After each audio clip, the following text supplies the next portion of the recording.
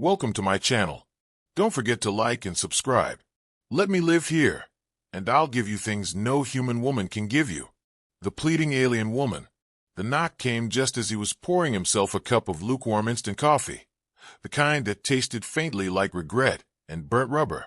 He stared at the door with suspicion, because nobody knocked at this hour unless it was trouble, or his neighbor trying to sell him another miracle vitamin that smelled suspiciously like oregano.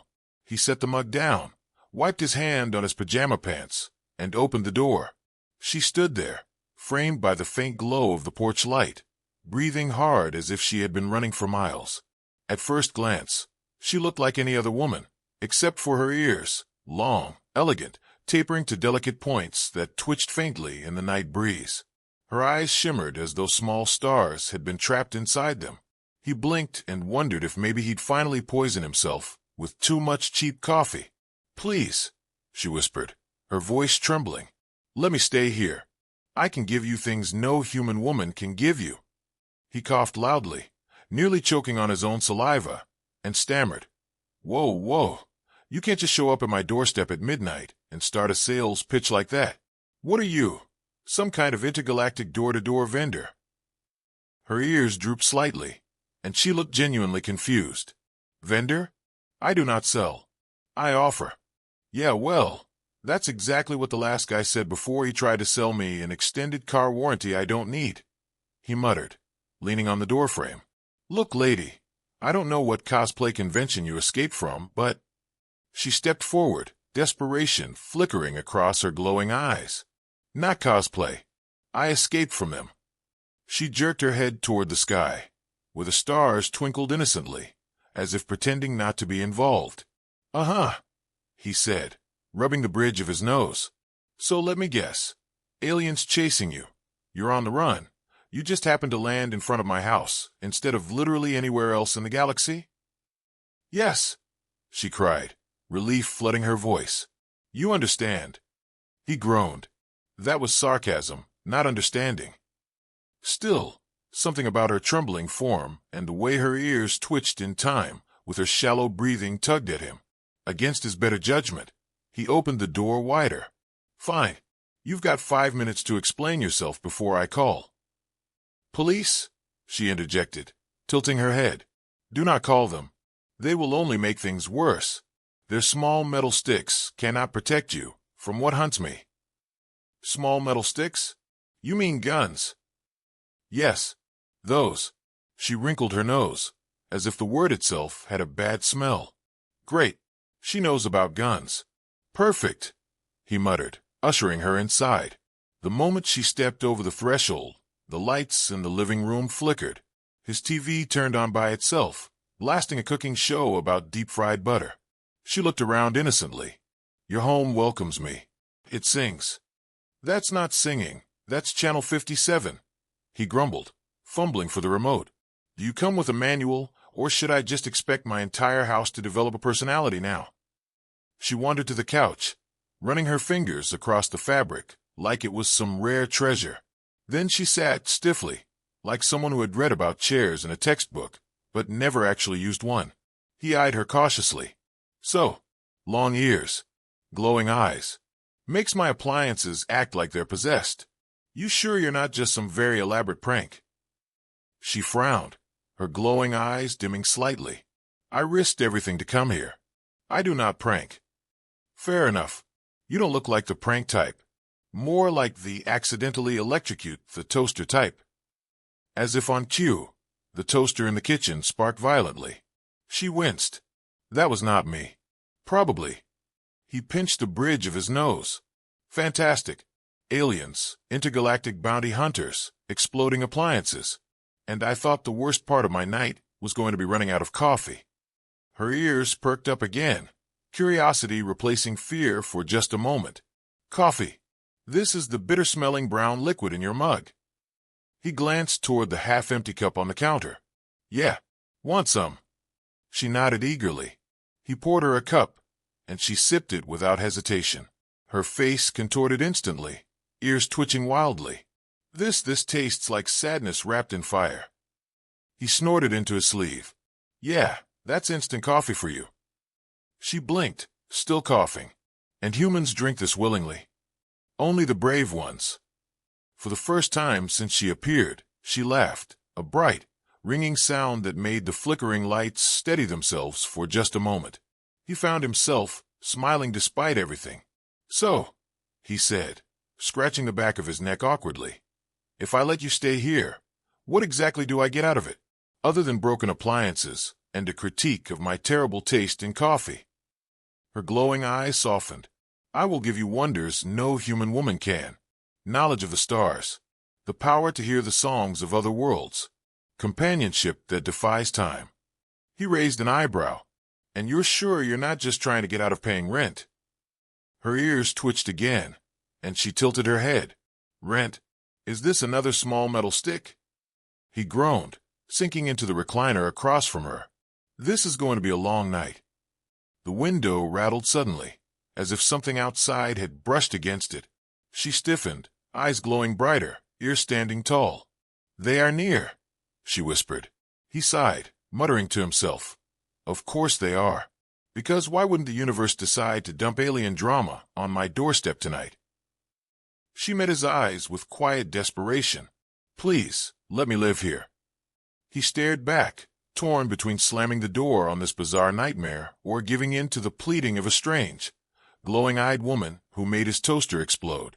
And for reasons he didn't quite understand, the latter option felt like the only one he could choose. The morning after felt almost normal, except for the fact that an alien with long ears was sitting cross-legged on his kitchen counter, humming to the refrigerator. He rubbed his eyes, wondering if sleep deprivation could cause such vivid hallucinations, but no. She was still there, smiling faintly as the fridge purred back at her like a satisfied cat. "What are you doing?" he asked, pouring cereal into a chip bowl. "Your foodkeeper was sad," she replied solemnly. "I sang to it. Now it is happy. It's a refrigerator, not a therapy patient," he muttered, spooning sugar into the milk. "You don't sing to it, you repair it." She tilted her head. "It is repaired now, yes? It hums in harmony." He had to admit, the fridge did sound smoother than it had in years. Still, the mental image of her whisper-serenading appliances was more than a little unsettling. He pushed the cereal toward her. "Here, eat." She peered into the bowl suspiciously. "What is this?" "Cornflakes." She lifted a flake with delicate fingers, sniffed it, then popped it into her mouth. Her face twisted. "This tastes like dried sadness. Why is human food so tragic?" "It's cheap," he said, crunching into his own. "Sadness is affordable." She tapped her long ear with a finger, as though trying to shake out the flavor. "Where I come from, breakfast glows. It hums while you eat it." "Yeah, well, mine just gets soggy." After a few reluctant bites, she slid the bowl back. "Show me more of your world. If I am to live here, I must learn." He sighed. "Fine, but keep your ears tucked under a hoodie, or people are going to think I picked you up at a fantasy convention." "Convention?" she asked. "Don't worry about it," he muttered, tossing her an oversized sweatshirt. She struggled into it backward, the hood covering her face. He snorted. "You look like a very confused ninja." She pulled it around the right way, muttering in her own language, a string of musical syllables that made the toaster spark again. The trip to the grocery store began with her gasping at the sliding glass doors. "The walls part for you," she exclaimed. "Automatic doors," he said flatly. "Magic. Motion sensor." She crouched to peer at the sensor, then looked up with wide eyes. Small invisible gods. Lasers. Her ears twitched skeptically, but she followed him inside. The store was uneventful until she insisted on examining every product like it was a sacred relic. She held up a jar of peanut butter. "Why is this called butter if it is made of nuts? Is this deception? It's just marketing." She frowned. "Your species lies for snacks." At the checkout, she tried to pay with glowing stones from a pouch at her hip. The cashier stared at the crystals like they'd stumbled into a fantasy novel. He shoved the stones back into her hands and swiped his debit card quickly. "Rule 1, he whispered through clenched teeth. "No paying with alien currency." "But these are worth more than this entire building," she hissed. Exactly why you don't pay with them. Back at the house, she sat cross-legged on the couch, turning the TV on and off with a wave of her hand. These people are trapped in the glowing box, she said, frowning at a soap opera. Should we help them? They're actors. It's a show. She squinted. They are pretending? Your people lie for snacks and for glowing boxes. Interesting. Pretty much, yeah. Later, as the sun set, he caught her staring out the window, her glowing eyes reflecting the fading light. You really can't go back, can you? He asked softly. She shook her head. If I return, they will take me. They will use me. I ran because I wanted to live free, even if it means singing to your refrigerator forever. He smirked. That's one way to phrase it. Her ears drooped. Do you regret letting me in? He thought of the broken toaster, the near arrest at the grocery store, the way she had laughed at coffee, and then he thought of how her laugh had made the house feel less empty. Not yet, he said finally. Ask me again when you blow up my microwave. As if on cue, the microwave beeped from the kitchen, though nobody had touched it. A faint smell of ozone drifted through the air. She winced. That one was me. He groaned, pinching the bridge of his nose. It's going to be a long week. Outside, in the quiet of the night, the stars shimmered faintly. Somewhere far above, unseen eyes were already searching, closing in on the little house, where an alien woman hummed lullabies to household appliances and tried to understand the strange, tragic, and snack-obsessed species called human. He woke to the sound of the smoke alarm screaming like an angry banshee. Stumbling into the kitchen, he found her standing in the middle of a cloud of smoke, proudly holding what looked like charcoal on a plate. I made breakfast, she announced. Her ears perked proudly. That's not breakfast. That's arson. He grabbed the pan off the stove and dumped it into the sink. What were you even trying to cook? Toast, she said innocently. He stared at the blackened lump. That's not toast. That's a meteorite. She frowned.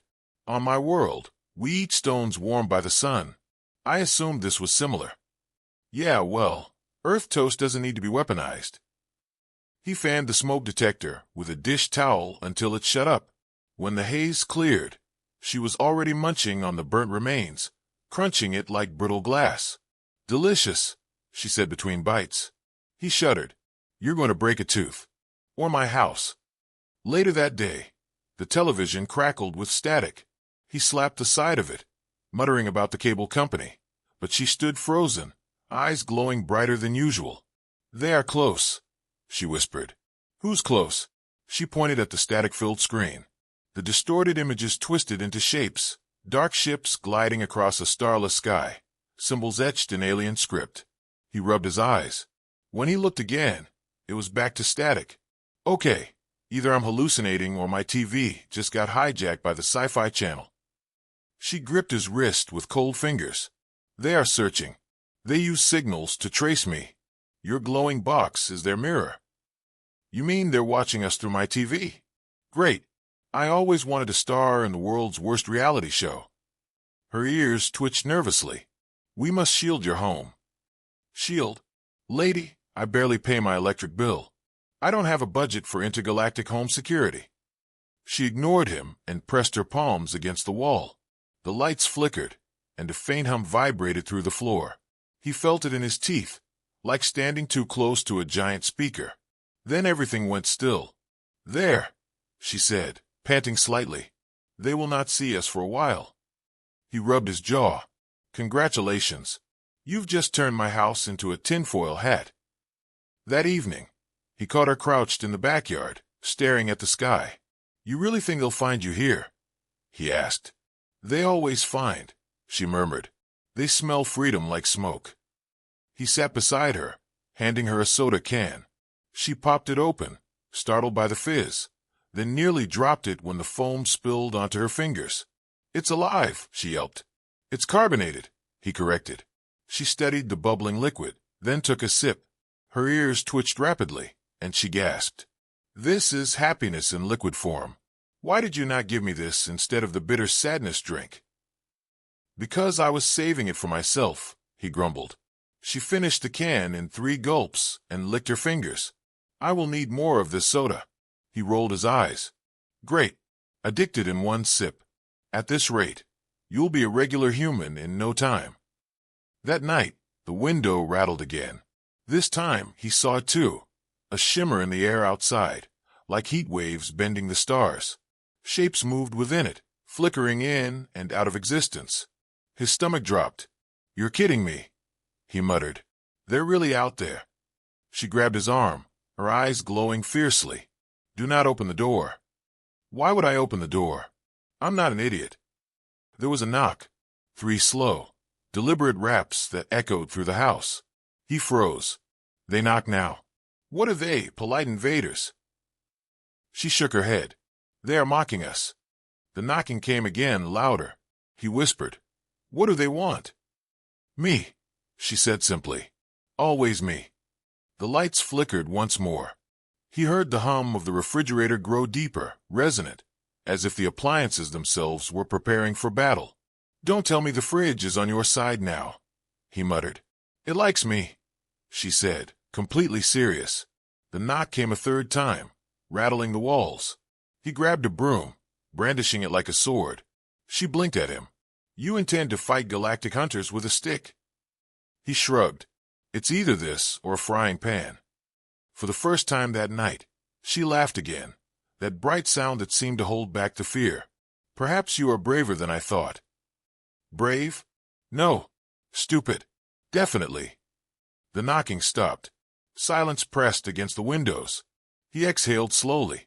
Maybe they gave up. They never give up, she whispered. This was only the beginning. He slumped onto the couch, the broom across his lap. Fantastic. My life was boring 3 days ago. Now I'm starring in Alien Home Invasion, featuring a suicidal toaster and a soda addict with long ears. Her glowing eyes softened. And yet, you still let me stay. He looked at her, at the way her ears drooped slightly, at the way her smile wavered despite the fear. He sighed.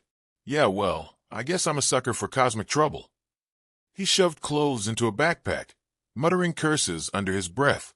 You know, when I pictured running for my life, I always thought it would be from debt collectors, not interstellar bounty hunters. She stood in the doorway, tugging the hoodie over her long ears. We cannot stay.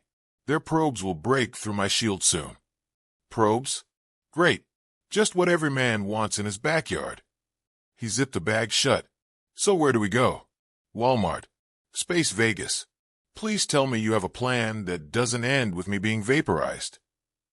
Her eyes glowed faintly as she considered. We hide in places of metal. Noise confuses their sensors. Industry is your shield. So factories? Yes. Perfect. Nothing says safety like abandoned asbestos warehouses. By nightfall, they were weaving through rusted gates on the outskirts of town. The air smelled like old oil and broken promises. He held the broom handle he'd refused to leave behind, gripping it like a knight clinging to his last lance. Do you intend to duel them with that again? She asked, ears twitching in amusement. It's worked so far, mostly because they haven't actually attacked, but still. Inside the factory, shadows stretched like broken ribs. Machines loomed, silent and skeletal. She placed her hands against the metal beams, whispering in her language. The air thrummed, and lights overhead flickered to life even though the building had no power. You hotwire abandoned buildings too? That's a skill, he said. They listen when I call, she replied. He sighed. You know, if we survive this, you could make a fortune as an electrician. The floor shook. A sound like tearing metal echoed through the cavernous space. He froze. Tell me that was just the plumbing. She shook her head. They found us. A shimmer rippled through the far wall. Figures emerged, tall and angular, their bodies like shadows wearing armor. Their eyes glowed faint red, scanning. He gripped the broom tighter. Okay, so these are the guys chasing you. They don't look like Jehovah's Witnesses. Do not engage, she hissed. We must outsmart, not fight. The nearest hunter tilted its head, producing a clicking sound that echoed like nails on glass. She grabbed his hand and yanked him behind a conveyor belt. He whispered, What's the plan? Please tell me it's not die loudly. Her glowing eyes narrowed. The machines can sing louder than they can hunt. She pressed both palms to the conveyor. Instantly, the whole line roared to life, rollers spinning, gears grinding, sparks shooting like fireworks. The hunters hesitated, their scanners scrambled by the cacophony. He ducked as a chunk of metal flew overhead. "You call this a plan? We're going to get crushed before they even touch us." "Trust me," she said. One hunter stepped forward, shoving through the chaos. She met its gaze, raised her hand, and the entire section of conveyor belt collapsed in a rain of steel. The hunter vanished under the wreckage. He whistled. "Okay, not bad.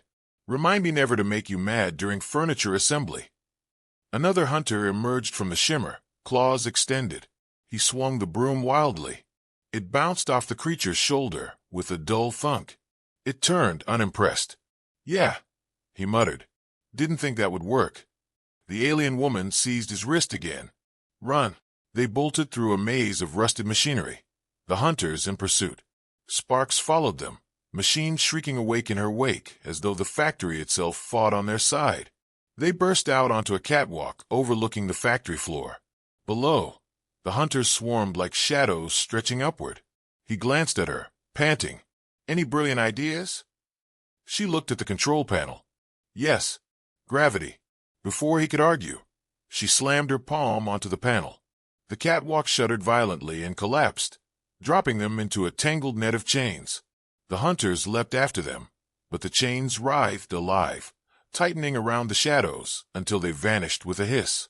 He dangled upside down, groaning. "So, your plan was to nearly kill us and let the factory finish the job." "It worked," she said calmly, hanging beside him with her ears dangling like ribbons. "Barely." He wriggled, trying to free himself. "I think I dislocated my dignity." When they finally tumbled to the ground, bruised but alive, she crouched beside him. "They will come again. Stronger. But now you see why I ran." He looked at her glowing eyes, at the exhaustion hidden beneath her calm. "Yeah, I see. And you know what else I see." Her ears twitched. "What?" "That I really need a new broom." For the first time since they'd entered the factory, she laughed. The sound echoed through the ruins, warm against the cold metal. "Tomorrow," he said, dragging himself upright, "we find a safer place to hide. Preferably one without collapsing catwalks." She nodded. "And more soda." He sighed. "Of course. Soda first, survival second." He sat on the hood of his dented car, staring at the horizon where the first hints of dawn painted the sky. His clothes were torn, his body sore, and his broom, his trusty, useless broom, lay snapped in half beside him. She stood nearby, her glowing eyes dimmer than usual, her long ears drooping as though the night had drained them too. "They'll come again, won't they?" he asked quietly. "Yes," she said, "but not tonight. We hurt them. They will wait, regroup. That is what they do." He ran a hand through his messy hair. "So basically, we bought ourselves a little time to die in peace." "Great." She looked at him, her voice soft. "You could walk away. They want me, not you. If you leave now, you may live." He snorted. "Oh, sure. Just ditch the glowing-eyed alien who made my appliances sentient and got me addicted to watching her drink soda like it's holy water. That'd be the easy choice." Her lips twitched into the faintest smile. "You would not." "Nope." He stretched his legs, wincing at a sore knee. "Turns out I've got this annoying thing called a conscience. Also, I think my fridge would miss you." Her laugh was small but real, and the sound eased some of the weight pressing on him. By midday, they were on the move again. She led him to the old quarry outside town, a scar of stone and dust that nobody visited anymore. She explained that the layered minerals would scatter the hunter's signals, buying them one last advantage. He stared at the jagged cliffs and muttered, "Fantastic. We're hiding in a giant rock salad." They set up camp among the boulders, eating canned beans straight from the tin. She poked at them curiously. "Why do you trap your food in metal cylinders?" "So it lasts longer," he explained. She frowned. "Your food is sad twice. First in taste, then in prison." Despite himself, he laughed, nearly choking on a bean. "Sad but edible. That's basically Earth cuisine. The hunters came at sunset. The sky rippled, a seam opening to reveal ships like obsidian daggers. The ground trembled with the hum of their engines. He gripped the handle of a rusted shovel, his replacement broom, and muttered, "Here we go. The grand finale. Try not to die dramatically." She placed a hand on his arm. "Stay close. If we fail together." They stood side by side as the hunters descended. Shadows uncoiled, their red eyes glowing like embers. He swallowed hard but raised the shovel anyway. "All right, you shadow jerks. Who wants to be the first to get whacked with rusty iron?" The hunters advanced, but the quarry itself seemed to resist them. The stones vibrated, resonating with her presence. She stepped forward, raising her hands. A low hum filled the air, growing louder until the entire quarry sang, a chorus of grinding rock and shimmering energy. The hunters faltered, their forms flickering. He stared wide-eyed. "You're weaponizing geology. That's actually kind of awesome." She shouted above the hum, her voice fierce. "This is not your world. Leave." The resonance peaked. Light erupted from the quarry walls, beams splitting the hunters into fragments of shadow that scattered like smoke in the wind. The ships overhead shuddered, then vanished, retreating back into the folds of the sky. Silence returned, broken only by the soft echo of stones settling. He dropped the shovel, breathing hard. "Did we just win? Please tell me that was winning." She swayed on her feet, exhausted, but smiled. "Yes, they will not return. Not here." He blinked at her. "Wait, you mean it's over?" She nodded. "For now. They will hunt me elsewhere.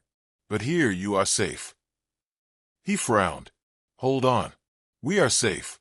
You're not ditching me after all this. You owe me a new toaster, a new broom, and at least 3 years of therapy bills." Her glowing eyes softened. "You would still have me stay." He rubbed the back of his neck awkwardly. "Well, yeah. You've kind of grown on me. Like mold. Shiny, ear-twitching, cosmic mold." She laughed, her ears twitching in rhythm with her smile. "Then I will stay. Not as a fugitive. As your companion." He sat back down on the hood of the car, gazing at the stars now calm above them. "Guess my life's never going back to normal, huh?" She joined him, sipping from a soda can she had rescued from the backpack. Normal is overrated. He looked at her, really looked, at the glow in her eyes, at the strange hope she carried, at the way her laughter had turned fear into something bearable. He realized he wasn't the same man who had once grumbled over instant coffee in a lonely kitchen. He had faced hunters, survived chaos, and found someone who made him laugh even while the universe tried to kill them. He smiled faintly. "You know, I think I'm okay with that." They sat in silence, sharing soda and starlight, the quarry cradling their fragile peace. The night was still, but his world was forever changed. For the first time in years, he didn't feel alone. And somewhere deep inside, he understood that letting her in on that first desperate night hadn't been a mistake. It had been the beginning, the end.